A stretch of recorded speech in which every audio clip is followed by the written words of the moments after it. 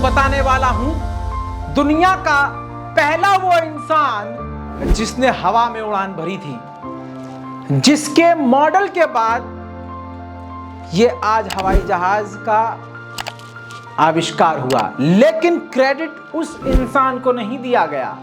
असल में परिंदों को देखकर उसने सोचा कि काश मैं भी उड़ सकता। परिंदों को देखकर ही उसने जो प्लानिंग करी, वो प्लानिंग करने वाला कौन था? आज जो जहाज बन रहे हैं, चांद पर जा रहे हैं, अब तो सूरज पर जाने की तैयारी हो रही है, इसके पीछे जो असल इंसान था उसका नाम दुनिया ने छुपाया क्योंकि वो मुसलमान था।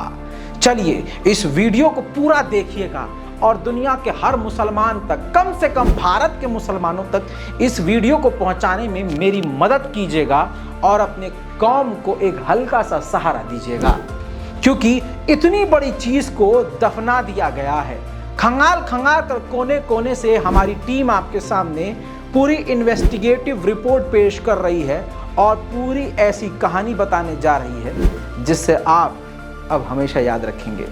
अब्बास इब्ने फिरनास, ये वो एक ऐसे शख्स थे दोस्तों जिन्होंने हवा में उड़ान भरने वाला दुनिया का पहला व्यक्ति का लक़ब हासिल किया था। यह अब्बास इब्ने फिरनास जिन्होंने 9वीं सदी में राइट ब्रदर्स, जी हाँ, राइट ब्रदर्स के पैदा होने से 1000 साल पहले ही हवा में उड़ान भरी और पहला फ्लाइंग मशीन का मॉडल तैयार किया था, जिससे प्रेरणा लेकर लियोनार्डो दी विंसी ने 14वीं सदी में एरोप्लेन का मॉडल बनाया। उनसे 1000 साल पहले ही आपको बता दूं अब्बास इब्ने फिरनास हवा में उड़ान भर चुके थे। लियोनार्डो द विंसी के बारे में कहा जाता है कि इन्होंने ही जहाज का मॉडल बनाया था, लेकिन आपके सामने ये चंद तस्वीर हैं। मैं आपको बता दूं कि मुस्लिम वैज्ञानिक अब्बास इब्ने फिरनास का जो जन्म है, पैदाइश है 1810 ईस्वी में रोंडा के स्पेन में हुई थी।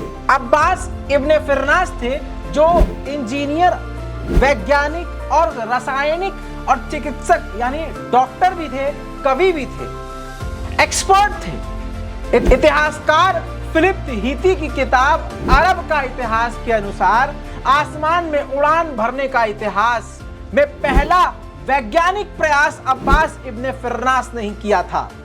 अब इसकी कहानी बताता हूं कि है क्या।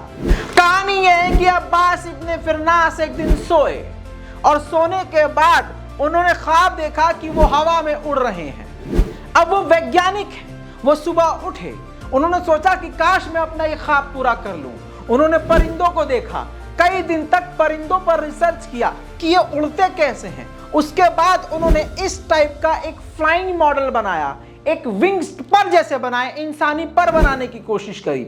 उसके बाद इन्होंने कई दिन तैयारी करने के बाद एक ऊंची पहाड़ी से छलांग लगाई। इनकी उम्र लगभग 60 से 65 साल थी। छलांग लगाने के बाद इन्होंने काफी दूर तक उड़ान भी भरी और ये बहुत खुश हुए। इसके बाद इनको हिम्मत मिल गई।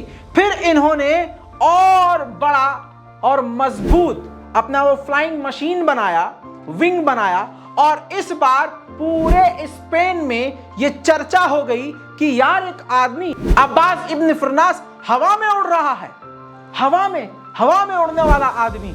इसके बाद वो मस्जिद की ऊंची मीनार पर चढ़े।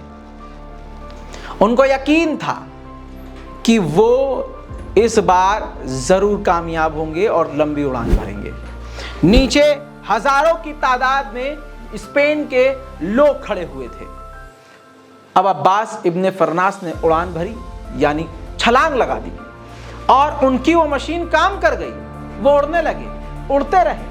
काफी समय बाद उड़ते उड़ते चश्मदीदों का कहना है, जो किताब में लिखा है इतिहासकारों ने, कि उनकी स्पीड तेज हो गई, इतनी तेज हो गई कि अब वो डिसबैलेंस हो गए। क्यों? क्योंकि उड़ते उड़ते उनको अपनी फ्लाइंग मशीन में ही कमियां नजर आने लगी। सबसे बड़ी कमी थी कि उनके उस डिवाइस की पूंछ नहीं थी। जो हम आज जहाज के पीछे जो पूंछ देखते हैं, उसका मेन काम होता है डायरेक्शन चेंज करना और बैलेंस करना।